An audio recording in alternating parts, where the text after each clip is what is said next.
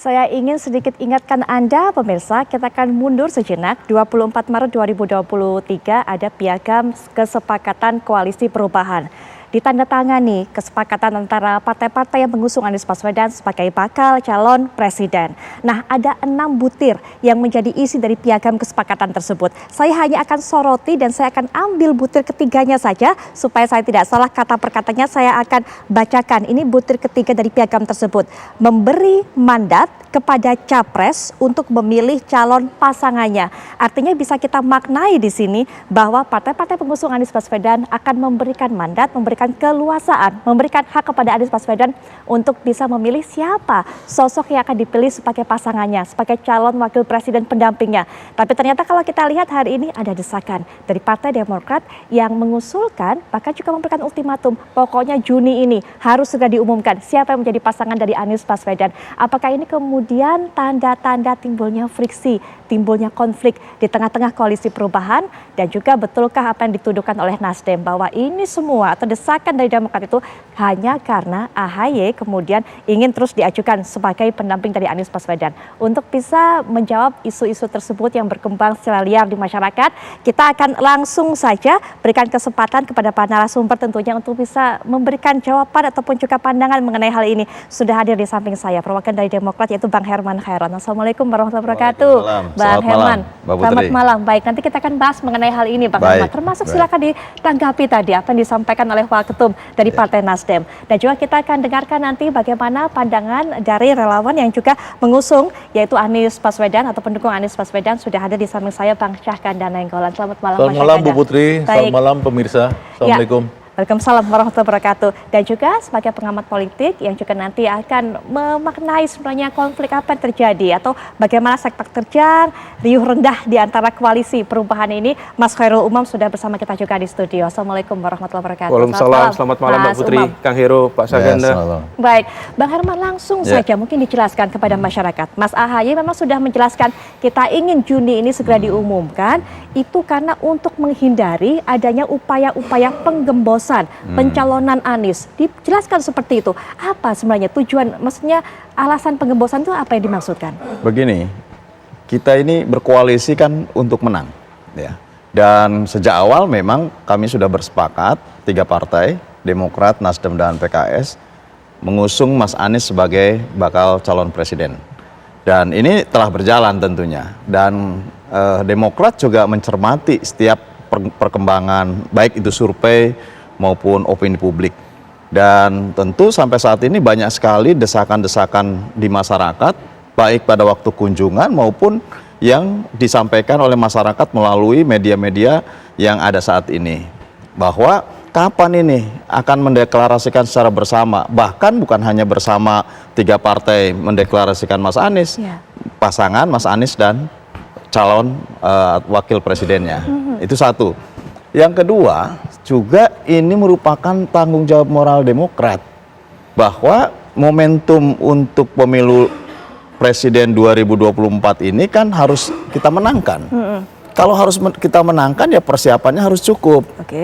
Kalau kita hanya nanti di ujung, ya di ujung, ini kan tidak mudah. Kontestasi ini juga bersaing, berkontestasi dengan calon-calon lainnya. Kalau nanti kita di ujung, pada waktu setelah pendaftaran dan masuk masa kampanye, itu hanya punya waktu 75 hari. Tidak cukup untuk bisa meyakinkan 200 daftar pemilih tetap untuk bisa bersama-sama kepada calon kita, gitu, calon kami ini. Gitu. Nah oleh karenanya, inilah momentum supaya kita mengambil kepercayaan publik di awal. Sehingga alangkah baiknya, tidak ada kata mendesak, itu tidak ada. Alangkah baiknya jika kita mendeklarasikan calon presiden dan calon wakil presiden secara bersama jauh hari sebelumnya kepada hari H pemilihan itu. Baik, tidak mendesak, menyarankan, tapi di ultimatum loh Bang, seakan-akan bahwa harus Juni begitu. Ya sekarang gini, tanya saja kepada Mas Anies, ada nggak ultimatum dari Ketua Umum atau Ketua Majelis? Kan tidak ada. Atau tanya kepada Pak Surya Paloh juga tidak ada. Atau tanya kepada PKS, nggak ada ultimatum ataupun desakan itu. Ini kan wacana yang dikembang-kembangkan saja sebetulnya. Jadi clear di sini konfirmasi bukan desakan, hanya saran, begitu?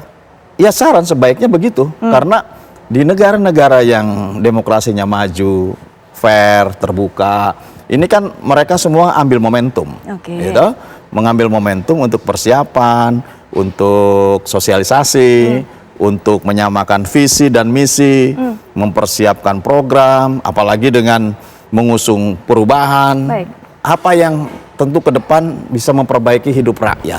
Apa yang bisa memperbaiki kehidupan berbangsa dan bernegara. Ini menjadi tugas besar gitu ya. Sehingga betul-betul pada akhirnya kita bisa meyakinkan hati dan pikiran rakyat bisa memilih kandidat yang diusung oleh koalisi perubahan. Baik, kalau saya tangkap dari apa yang dijelaskan oleh Bang Herman tadi, artinya alasan kemudian untuk menyarankan Juni segera diumumkan, ada 3, ini masalah momentum, masalah desakan masyarakat, dan juga masalah supaya masa persiapan lebih panjang. Betul. Tapi saya mengutip dari apa yang disampaikan oleh Mas Ahaye ke media-media, bahwa kemudian Juni ini harus segera diumumkan karena khawatir akan ada upaya penggembosan pencapresan Anies. Apakah memang ada upaya ke sana? Dibaca seperti itu saat ini? Saya kira sudah menjadi rahasia publik gitu ya. Bagaimana upaya-upaya untuk mendowngrade Mas Anies, bahkan dihilangkan dari event atau momentum nasional. Kemudian partai-partai koalisi juga ya seakan-akan kita berada dalam pinggiran negara ini gitu. Kan kita bisa merasakan semuanya. Tapi inilah ujian dan proses untuk kita menuju kepada kesuksesan. Dan sampai saat ini, sampai hari ini, Demokrat tentu tetap berkomitmen bersama koalisi perubahan, mengusung Mas Anies, dan terkait dengan calon wakil presiden, sesuai dengan deklarasi yang telah ditandatangani bersama, ya tentu diserahkan kepada Mas Anies. Tapi ada satu lagi Bang Herman, kalau memang ini hanya sekedar saran, bukan ultimatum, tapi kenapa kemudian Demokrat mengatakan kalau nggak Juni kita mundur aja deh, nggak jadi dukung Anies? Ada nggak yang mengatakan mundur? Tapi sempat seperti nggak itu ada, kemudian. Nggak ada. Tidak ada yang dievaluasi begitu bahasanya, dievaluasi untuk pendukung Pak Anies. Yang mengatakan evaluasi siapa? Perwakilan dari pihak Demokrat tentunya, Bang Andi Arief. Artinya bahwa opini dan wacana publik yang dikembangkan menurut saya jangan digeneralisir. Ini menjadi sebuah keputusan partai. Keputusan partai itu adanya di Ketua Majelis Tinggi Partai Demokrat Pak SBY dan Ketua Umum Partai Demokrat Mas Ahaye. Gitu. Pak SBY dan Mas Ahaye kan biasa saja. Komunikasi semuanya dijalankan melalui tim kecil. Dan perlu disampaikan juga bahwa proses kepada Demokrat juga menetapkan Mas Ahaye juga panjang. Kalau mau kita berbicara ke belakang, baik itu proses mencapai koalisi maupun proses kami juga di Demokrat menetapkan Mas Ahaye. Kan awalnya kita inginnya jadi presiden Mas Ahaye. Karena ada presidential threshold, kita juga sangat memahami itu sehingga harus berkoalisi. Baik. Gitu ya. Nah, mundur ke belakang lagi, kita juga telah menjajaki terhadap kandidat-kandidat yang berpotensial, berpotensi untuk bisa menjadi wakilnya Mas Anies. Nah, setelah dijajaki dan semuanya dengan berbagai pertimbangan dan memenuhi kriteria 5 kriteria yang disampaikan Mas Anies, ya kita akhirnya berkesimpulan di internal kami itu Mas Ahaye. Dan lagi-lagi bahwa untuk memutuskan siapa pendampingnya Mas Anies, kita kembalikan kepada piagam kerjasama kita. Baik, mungkin tahan sampai di situ Bang Herman. Betul, kita dikembalikan kepada piagam kerjasama juga koalisi. Akan berikan pandangannya mengenai hal ini. Apakah kemudian desakan dari Demokrat ini mempengaruhi dukungan kepada Anies dan juga mempengaruhi kemudian partai yang bisa menyokong Anies. Tapi nanti Mas Cakanda, Mas Umam juga, kami akan kembali lagi setelah jeda saat lagi.